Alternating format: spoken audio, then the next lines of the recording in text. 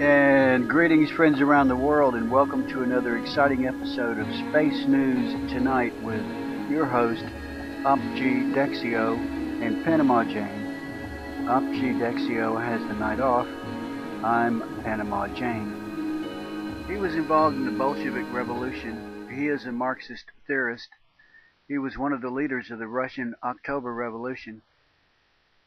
He was the People's Commissar for Foreign Affairs and a founder of the Red Army. He was among the first members of the Politburo. After leading a failed struggle of the left opposition against the policies and rise of Joseph Stalin in the 1920s and the increasing role of bureaucracy in the Soviet Union, Trotsky was expelled from the Communist Party and deported, and I think he was deported several times.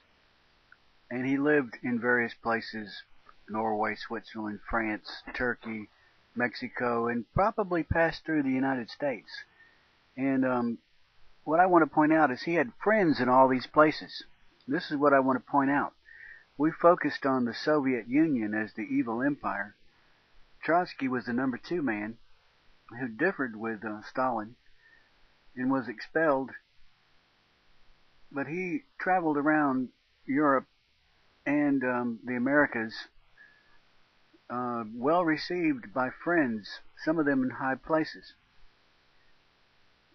And he was eventually assassinated by order of Stalin, or someone, maybe Stalin's successor. But Trotsky's ideas formed the basis of Trotskyism, a term coined as early as 1905 by his opponents in order to separate his ideas from Marxism. Marx wrote the Communist Manifesto. He wanted to call his book, or his writing, the Socialist Manifesto, because that's what it is. But to differentiate his ideas from others who were known as socialist, Engels and Marx called their book or booklet the Communist Manifesto rather than their first choice of Socialist Manifesto. And so you see what we have here is a spreading virus of socialism that is not confined and was never confined in the Soviet Union. And of course, Mao got a hold of it in China. Even though Ho Chi Minh studied in France, got a hold of it, and Pol Pot was his buddy that started a communist government in Cambodia. Carlos the Jackal got a hold of all these people, got a hold of their ideas, studied in the Patrice Lumumba School of Terrorism in the Soviet Union, and ended up going to work for the PLO, for lack of a better word, just call them PLO, the forerunners of Hamas and Hezbollah. Various people who had participated in the Potemkin Revolution. The Potemkin was a Russian battleship before the revolution. And they hijacked a battleship. They hijacked a battleship.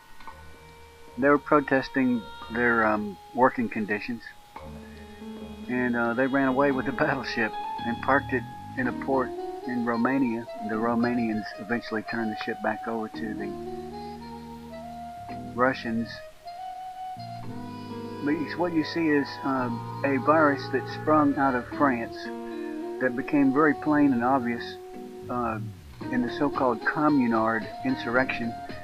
And the reason I showed the picture of the palace there, a very well-known palace in a very well-known part of France, but it's not well-known to me, but you know about it. Some palace that's right next to that famous museum, the Louvre. Probably near the Eiffel Tower and famous gardens and so on, overlooking the Seine River or whatever it's called. But anyway, well-known landmark, well-known city, burned by the communards simply because they were pissed off. Maybe they had a right to be pissed off. But this is the origin of this insanity known as socialism. And one of the perpetuators of this virus who spread it here and yonder was Leon Trotsky, also known as Lev Bronstein. And the rebellion broke out on its own on June 27, 1905, spontaneously and prematurely.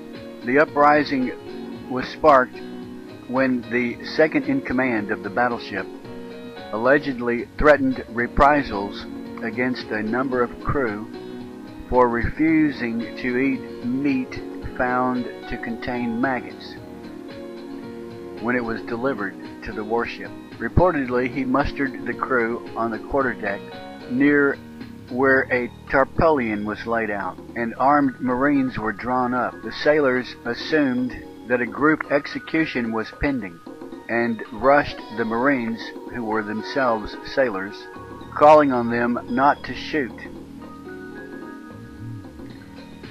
The actual events sparking the mutiny remain uncertain and have been overshadowed by the version depicted in a film entitled The Battleship Potemkin.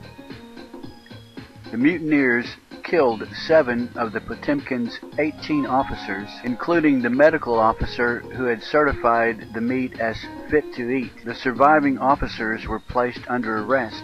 In the evening of the same day, the rebellious battleship came to Odessa, flying a red flag. A general strike had been called in Odessa, and there was some unrest for which the arrival of the battleship provided a focus and incentive. However, the representatives of the Contact Commission of the Odessa Social Democratic parties were not able to convince the battleship crew to land armed soldiers and help workers to get weapons and act together. There was division and confusion among both sailors and strikers. During the takeover of the battleship Potemkin, one sailor, Grigory Vakulinchuk, was fatally wounded. On June 29, 1905, Vakulinchuk's funeral turned into a political demonstration. Demonstrators crowded on the flight of steps leading from the port area to the center of the city, were reportedly fired on by dismounted cavalry, a scene that forms the dramatic high point of the film Battleship Potemkin. There is some controversy over whether the encounter on the Odessa steps actually occurred, but the Times of London correspondent and resident British consul reported a number of clashes between demonstrators and troops throughout the city and heavy loss of life.